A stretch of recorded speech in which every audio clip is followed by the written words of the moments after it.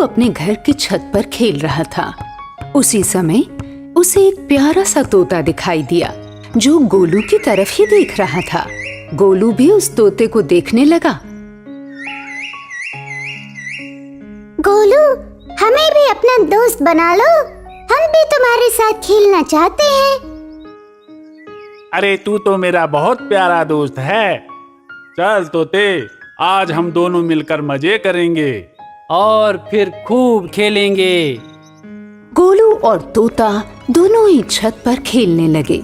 जब तोते को गोलू पकड़ने लगा तो तोता गोलू को खेल ही खेल में छत से नीचे गिराने लगा और धम, गोलू छत पर से नीचे जमीन पर गिरकर मर गया। सारे गांव वाले गोलू के इर्द गिर्द इकट्ठे हुए। अरे, ये तो शारदा जी का बच्चा गोलू है। शायद छत पर से खेलते खेलते गिरकर नीचे मर गया है। शारदा जी का बच्चा मरा नहीं, बल्कि भूतिया तोते द्वारा मारा गया है। हाय मेरा बच्चा, हाय हाय, किसने मार डाला मेरे बच्चे को?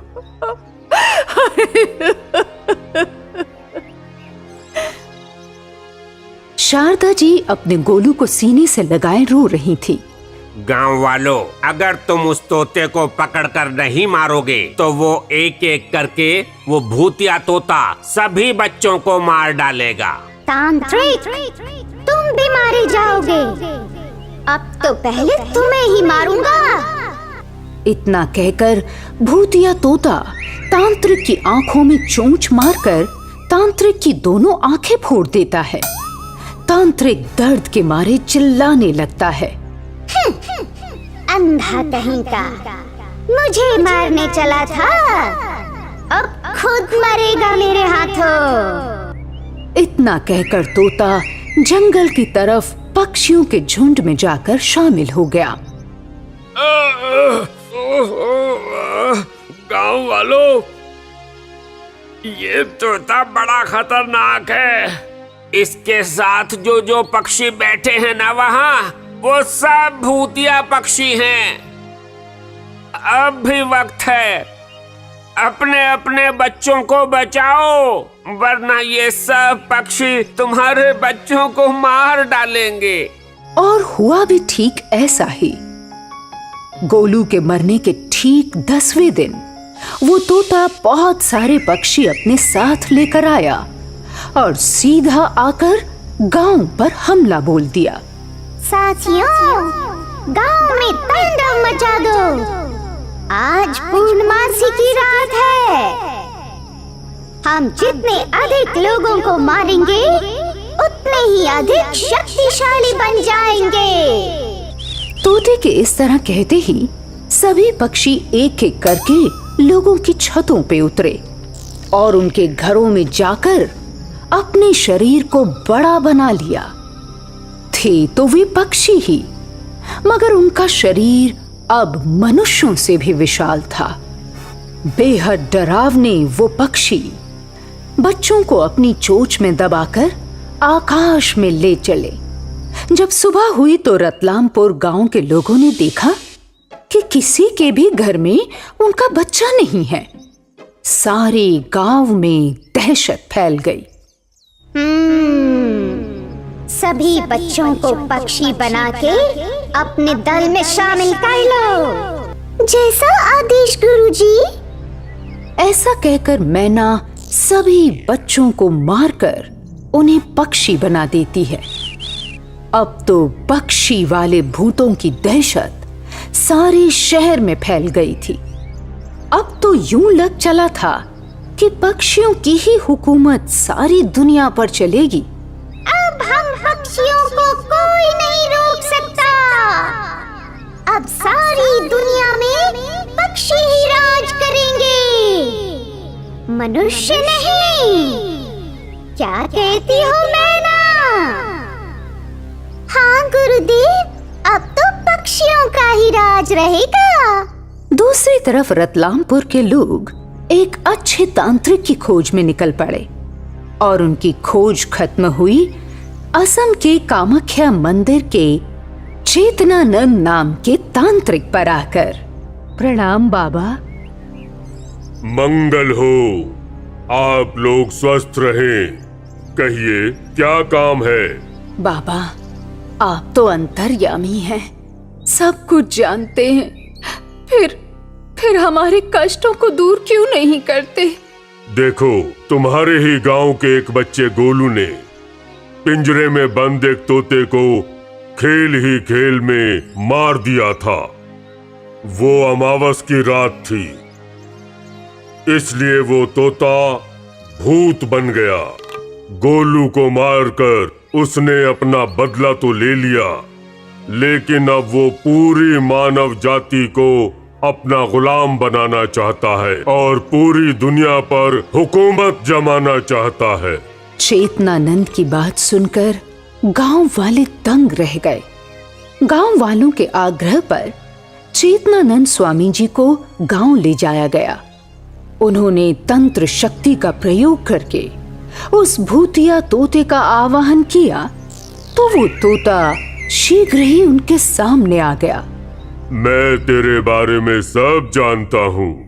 ओह, तो तुम ये भी जानते होगे कि तुमसे पहले मैं एक तांत्रिक को अंधा बना चुका हूँ। हमसे उलझना इतना आसान नहीं है, और तेरी तो मैं वो हालत बनाऊंगा कि तू भी मुझे उसी अंधे तांत्रिक की तरह याद रखेगा, समझा? देखो तोते, तुम्हें ये सब करने से क्या हासिल होगा? मारने वाले से अधिक ताकतवर तो बचाने वाला होता है। और फिर तुमने तो अपना बदला गोलू को मारकर ले ही लिया है। अब और क्या चाहिए? मुझे ज्ञान बांटकर बहलाने की कोशिश मत करो। ज्ञान बांटने वालों को मैं देखना तक नहीं चाहता। तो फिर तुम क्या चाहते हो? तुम्हारी मौत। तुम्हारे जैसे तांत्रिक को मारकर मैं और भी शक्तिशाली बन जाऊंगा। फिर मेरा काम और आसान हो जाएगा। कौन सा काम? सभी की तरह तुमको भी भूत वाला पक्षी बनाऊंगा। उसके बाद तुम मेरे गुलाम होगे और मैं तुम्हारा आका, और तुम्हें गिद्ध बनाऊंगा, गिद्ध। इतना कहकर तोता अपना शरीर बहुत बड़ा बना लेता है। उसे देखकर लोग डर जाते हैं। वो तांत्रिक चेतनानंद को चोंच में दबाकर वहां से उड़ जाता है जंगल की तरफ। ऐसी घटना देखकर रतलामपुर गांव के साथ साथ चारों तरफ भय का वातावरण फैल जाता है। रात के सन्नाटे में सपने में दिन दहाड़े पक्षियों की आवाजें सुनाई देने लगी थी सरेआम। पक्षियों के आतंक के चलते लोग गांव छोड़कर जाने पर विवश हो गए। उसी समय गांव में बने हुए हनुमान जी के मंदिर में कंपन होने लगी। ऊपर लगी हुई घंटियां अपने आप बज पड़ी। मंदिर का वो दृश्य देखकर लोग हैरान रह गए। और वहीं पर एक वेद मूर्ति नामक का साधु प्रकट हुआ। गांव वालों, आज मुझे हनुमान जी ने खुद दर्शन दिए और तुम्हारे गांव के इस मंदिर में आने के लिए कहा। देखो, तुम लोगों को ये गांव छोड़कर जाने की जरूरत नहीं है। अब मैं तुम्हारी रक्षा करूंगा उस पक्षी से। ऐसा कहकर साधु माया जाल बिछा देता है। उस माया के जाल में वो सारे भूत वाले पक्षी फंस जाते हैं और चाह कर भी बाहर नहीं निकल पाते। तोते, तुमने बहुत गलत काम किया। अब इस अवस्था में तुम केवल मेरे हाथों ही मुक्त हो सकते हो, अन्यथा नहीं।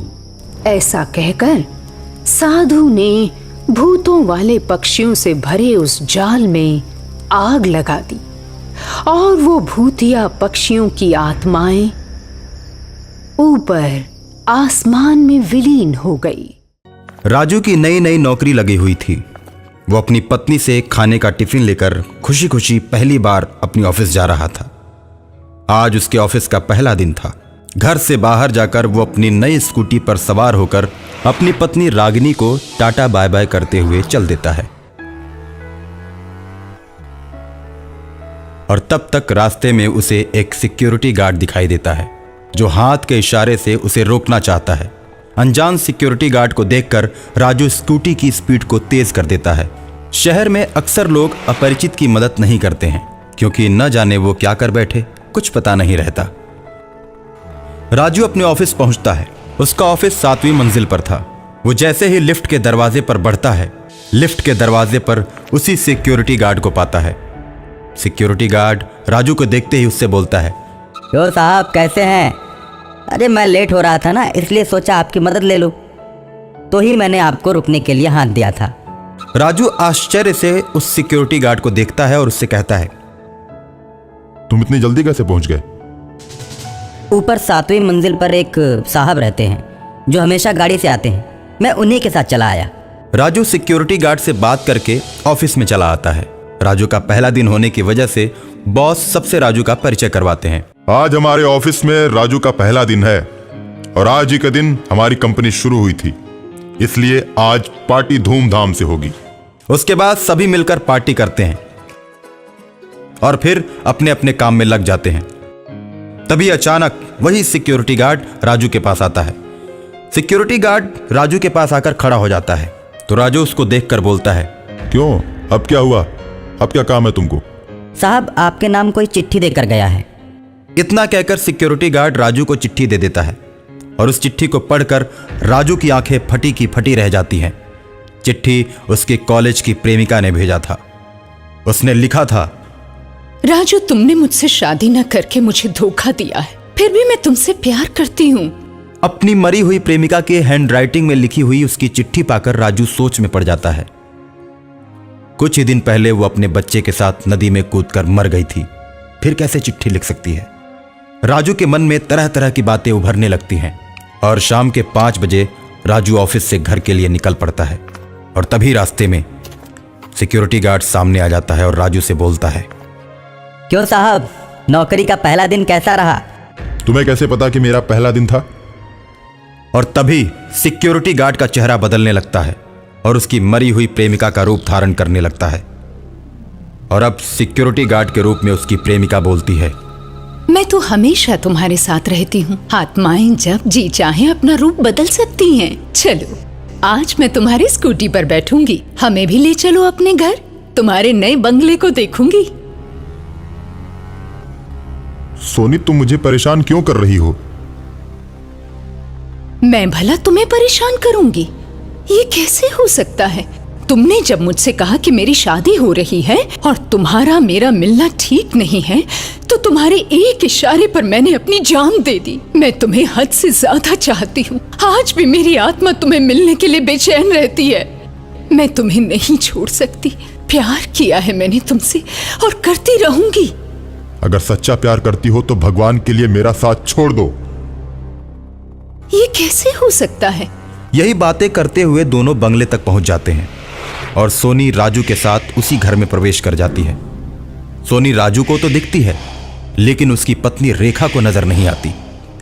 राजू जब सोनी से बात कर रहा होता है तो रेखा उससे पूछती है, आप किससे बातें कर रहे हैं? किसी से नहीं। बता दो। राजू सोनी की बातों का जवाब देना बंद कर देता है और रेखा से बात करने लगता है। रेखा से बात करते देखकर सोनी को जलन होने लगती है। सोनी एक खतरनाक भूतनी बन जाती है जिसे देखकर रेखा के हाथ पांव फूलने लगते हैं और रेखा डरते हुए बोलती है, राजू मुझे बचाओ, ये भूतनी मेरी जान ले लेगी, बचाओ मुझे। मैं तुम्हें मारने ही आई हूँ। मेरे और राजू के प्रेम के बीच में तुम दीवार बनकर खड़ी हो। तुम्हारे ही चलते मैंने आत्महत्या कर ली थी। उस वक्त मैं असहाय थी, लेकिन अब वो बात नहीं है। अब मेरा बदला लेने का वक्त आ गया है। इतना कहकर सोनी रेखा की तरफ बढ़ती है और तब तक राजू हनुमान जी के चरणों में पड़े हुए फूल को लेकर सोनी के शरीर पर फेंकता है। सोनी जलने लगती है और चिल्लाते हुए कहती है, धोखेबाज, मक्कार, बेवफा, आज तुमने फिर से मुझे मार डाला। उसके बाद सोनी की आत्मा हमेशा हमेशा के लिए गायब हो जाती है। उत्तर प्रदेश में एक जिला है जिसका नाम है बुलंदशहर। लगभग 200 साल पहले वहां पर खटाना साहब का परिवार रहता था। खटाना साहब की हवेली बहुत बड़ी थी। उनकी हवेली में उनके परिवार के कुल 60 सदस्य रहते थे। घर में काम करने वालों में 3 औरतें और 4 मर्द थे। परिवार में सब कुछ ठीक चल रहा था। एक दिन खटाना साहब का लड़का जब लंदन से वापस आया। अरे पापा, मुझे मेरी नौकरी में बहुत अच्छी प्रमोशन मिल गई है। मुझे साल के लगभग 2 करोड़ रुपए का पैकेज मिला है पापा। और इसीलिए मैंने कंपनी में छुट्टी के लिए दरख्वास्त दिया था। मैंने बताया था कि मैं इंडिया जाकर अपने परिवार से मिलकर 10 से 15 दिनों में फिर वापस अपने काम पर आ जाऊंगा। वंडरफुल बेटा, प्राउड ऑफ यू। मुझे तुम पर पहले से ही भरोसा था कि तुम एक दिन बड़े होकर बहुत कामयाब बनोगे और हमारे परिवार का नाम रोशन करोगे। लव यू पापा। यह आपके उसी विश्वास का कमाल है जिसने मुझे हमेशा मेहनत करने की प्रेरणा दी, और आज मैं जो कुछ भी कर पा रहा हूं उसके पीछे आपकी ही प्रेरणा है पापा। लव यू बेटा। लव यू पापा। इतने में ही खटाना साहब की पत्नी यानी भूषण की मां आ गई। अरे क्या बातचीत चल रही है बाप बेटे के बीच में। आप दोनों ने तो माँ को साइड ही कर दिया। अरे कैसी बात करती हो माँ, भला मैं भी आपको कभी साइड कर सकता हूँ? मैं ना पापा से अपनी दिल की बातें शेयर कर रहा था कि मुझे मेरी नौकरी में बहुत अच्छा पैकेज मिल गया है, तो मैं ना आप लोगों को एक छोटा सा गिफ्ट देना चाहता था। गिफ्ट? अरे वाह, हमें भी तो बताओ बेटा, क्या ला रहे हो खरीद कर? पापा मैं ना सोच रहा था आप लोगों के लिए एक अच्छी सी कार खरीद दूं, ताकि आप लोग कहीं भी जाएं तो उसमें बैठकर आराम से जाएं, आप लोगों को कभी कोई परेशानी ना हो। लेकिन बेटा अभी अभी तो तुम्हारी नई नौकरी लगी है। मेरी समझ में फिजूल खर्ची करना ठीक नहीं रहेगा। तुम पड़ोस में जो खन्ना साहब रहते हैं उनकी कार क्यों नहीं ले लेते? वो यहाँ रहते भी नहीं और अभी 2 दिनों के लिए ही तो आए हैं। फिर वो वापस बांग्लादेश चले जाएंगे, तो इससे पहले कि वो जाएं, हमें वही कार ले लेनी चाहिए। तुम्हारी माँ बिल्कुल ठीक कह रही है बेटा। आखिर वो गाड़ी नई ही तो है। वो गाड़ी रखी हुई है और उसे चलाने में हमें कोई परेशानी भी नहीं है। लेकिन पापा उस गाड़ी के नीचे आकर उस घर का एक नौकर तो मर गया था ना। अरे तुम भी कैसी बातें करते हो यार। इतना पढ़ लिख कर तुमने यही सीखा? तुम भूत प्रेत की बातों पर विश्वास करते हो? नहीं पापा, बस मेरे मन में शंका हो रही थी आप लोगों को लेकर कि आप लोगों को कोई दिक्कत ना हो, इस वजह से मैं बोल रहा था। खैर अगर आपका मन है ही तो फिर वो कार आप लोग खरीद लें, मैं उसके पैसे दे दूंगा।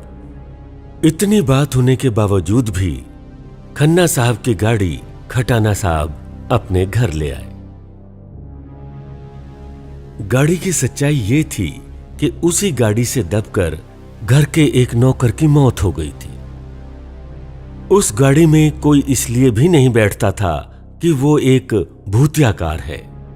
यहां तक कि आसपास के इलाके में भी ये अफवाह फैल गई थी कि वो एक भूतिया कार है, इसीलिए कोई उसे खरीद भी नहीं रहा था।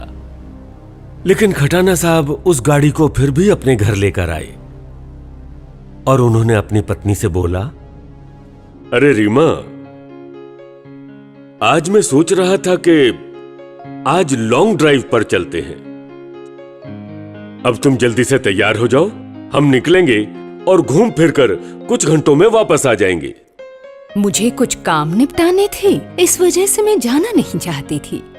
अरे रीमा, चलो ना, जल्दी वापस आ जाएंगे, चलो। खटाना साहब अपनी पत्नी के साथ गाड़ी में बैठकर कहीं निकल लिए।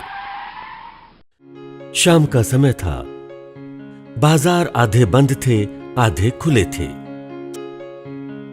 वो अपना शहर पार करके एक जंगल के रास्ते किसी दूसरे शहर में जाने लगे। जैसे जैसे वो आगे बढ़ रहे थे, अंधेरा और भी घना होता जा रहा था। अगल बगल के जो पेड़ थे वो हिलते हुए दिख रहे थे। हालांकि खटाना साहब के मन में किसी तरह का कोई डर नहीं था, मगर उनकी पत्नी ने बस ऐसे ही पूछा, ए जी, वो भूषण जो बता रहा था कि इस कार से दबकर एक नौकर मर गया था, क्या ये बात सच है? ओ जी, उस वक्त तो मैं महके में थी ना। अरे रीमा, ये बहुत पहले की बात है, उसको गुजरे तो 2 साल हो गए। वैसे तुम्हें आज इस बात की याद कैसे आ रही है? मुझे ना पता नहीं क्यों बड़ा डर लग रहा है। तुम औरतों का भी बस यही होता है, खुद भी डरोगी औरों को भी डराओगी। लेट्स ड्राइव, मैं स्पीड थोड़ी और बढ़ा रहा हूं और मजा आएगा। बहुत दिन हो गए मुझे तेज कार चलाए हुए। चलो चलते हैं। ये कहकर खटाना साहब एक्सीलेटर पर पैर रखते हैं और उसके बाद वो गाड़ी हवा से बातें करते हुए आगे भागती है। शहर से करीब 25 से 30 किलोमीटर दूर आगे आ चुके होते हैं। तभी रास्ते में एक बड़ा सा पत्थर दिखता है। खटाना साहब की गाड़ी की रफ्तार बहुत तेज थी। अचानक से सामने उन्हें एक और पत्थर दिखाई दिया। उन्होंने जोर से ब्रेक लगाया, मगर ब्रेक लगाते लगाते वो गाड़ी पत्थर के बिल्कुल पास जाकर रुकी। मगर ये क्या, जैसे ही पत्थर के पास पहुंचे पत्थर गायब हो गया था। ये देखकर खटाना साहब की पत्नी ने बोला, ये कैसी बात है खटाना साहब? मुझे तो बहुत डर लग रहा है। ये पत्थर अचानक से सामने आया और फिर अचानक गायब भी हो गया। वो क्या है ना रीमा, जिस तरह की बातें हम करते हैं ना, उसी तरह की बातें हमें महसूस होने लगती हैं। मुझे लगता है वो जो तुमने भूत प्रेत की बातें की थी ना, उसी वजह से हमारे मन में कुछ ऐसा आ गया। वैसे वो पत्थर तो था ही नहीं। नहीं जी, आप प्लीज मेरी बात को मानो और वापस घर चलो। इससे आगे मैं नहीं जाऊंगी। ओके मैडम, ठीक है, वापस चलते हैं। ये कहकर खटाना साहब अपनी गाड़ी को पीछे की तरफ मोड़ते हैं और वो घर की तरफ वापस आने लगते हैं। जब वो घर वापस आ रहे थे, उनकी पत्नी खटाना साहब से बोली, ओ जी, आप प्लीज कार को तेज चलाओ, मुझे बहुत डर लग रहा है। अरे कम ऑन रीमा, तुम भी कैसी बातें करती हो। चलो चलते हैं। खटाना साहब की गाड़ी तेज रफ्तार से घर की तरफ जब लौट रही थी, तभी अचानक खटाना साहब के हाथ पर एक जोर से झटका लगता है और उनकी गाड़ी बगल में खड़े एक पेड़ से जाकर टकरा जाती है। पेड़ से टकराने के बाद गाड़ी का अगला हिस्सा पूरी तरह टूट जाता है। हालांकि खटाना साहब को और उनकी पत्नी को चोट इसलिए नहीं आई क्योंकि उन्होंने सीट बेल्ट पहन रखी थी और जैसे तैसे वो गाड़ी से बाहर निकले और जो बगल से गाड़ियां गुजर रही थी उनसे मदद की गुहार करने लगे। आसपास बहुत सारी गाड़ियां गुजर रही थीं, मगर कोई मदद के लिए राजी ना हुआ। काफी देर बाद एक कार पास में आकर रुकी। उस कार में बबलू था। उसने खटाना साहब को पहचान कर खटाना साहब से बोला, अरे खटाना अंकल, आप और आंटी इतनी रात को यहाँ पर क्या कर रहे हैं? अरे कुछ नहीं बेटा, बस तुम हमें अपनी गाड़ी में बिठाकर हमारे घर छोड़ दो, बाकी बातें हम रास्ते में कर लेंगे। अच्छा, ठीक है अंकल जी, आप आ जाओ पीछे। ये कहकर बबलू खटाना साहब और उनकी पत्नी रीमा को अपनी गाड़ी में बिठाता है और घर की तरफ जाने लगता है। रास्ते में बबलू ने पूछा, अंकल, आप दोनों इतने घबराए हुए क्यों हो? और मुझे तो ये जानकर हैरानी हो रही है कि आप दोनों इतनी रात को यहाँ क्या कर रहे हैं? अरे वो बबलू, वो पड़ोस वाले खन्ना साहब की गाड़ी हमने खरीदी थी। हालांकि लोगों ने बताया था कि वो गाड़ी भूतिया गाड़ी है, पर हमारी मत मारी गई थी बेटा। हमने किसी की एक न सुनी और उस कार को खरीद लिया। आज तो हम दोनों की जान जाते जाते बची। अरे हाँ हाँ बेटा, ये तो पिछले जन्म का कोई अच्छा कर्म रहा होगा कि हम दोनों बच गए, वरना आज तो हम दोनों मर ही जाते। अच्छा, तो वो खन्ना साहब की गाड़ी थी। अरे बाप रे, उसके नीचे तो दबकर उनके घर का नौकर रामू मर गया था, और वो गाड़ी तो वो लोग मुझे भी बेच रहे थे, बट मैंने नहीं लिया क्योंकि मुझे पता था कि वो एक भूतिया गाड़ी है। हाँ बेटा, मना तो हमें भी लोगों ने किया था, पर हम ही नहीं माने। खैर कोई बात नहीं अंकल, आप दोनों बच गए, भगवान का बहुत बहुत शुक्रिया। अब आप लोग उस गाड़ी को अपने घर वापस मत लाना, उसको वही छोड़ देना। भूषण भैया से कहकर आप लोग एक नई कार लेना, उस भूतिया कार को चलाने की कोई जरूरत नहीं है। तुम ठीक कह रहे हो बेटा, अब हम उस गाड़ी को कभी वापस नहीं लाएंगे। और इस तरह से खटाना साहब का पीछा उस भूतिया कार से छूटा। और उस दिन खटाना साहब की किस्मत बहुत अच्छी थी कि वो दोनों पति पत्नी बच गए, वरना अगर थोड़ी सी भी चूक और होती तो शायद दोनों की जान चली जाती। मगर वो कहते हैं ना, जाको राखे साइयां मार सके ना कोई, बाल ना बांका हो सके चाहे जग बैरी होए।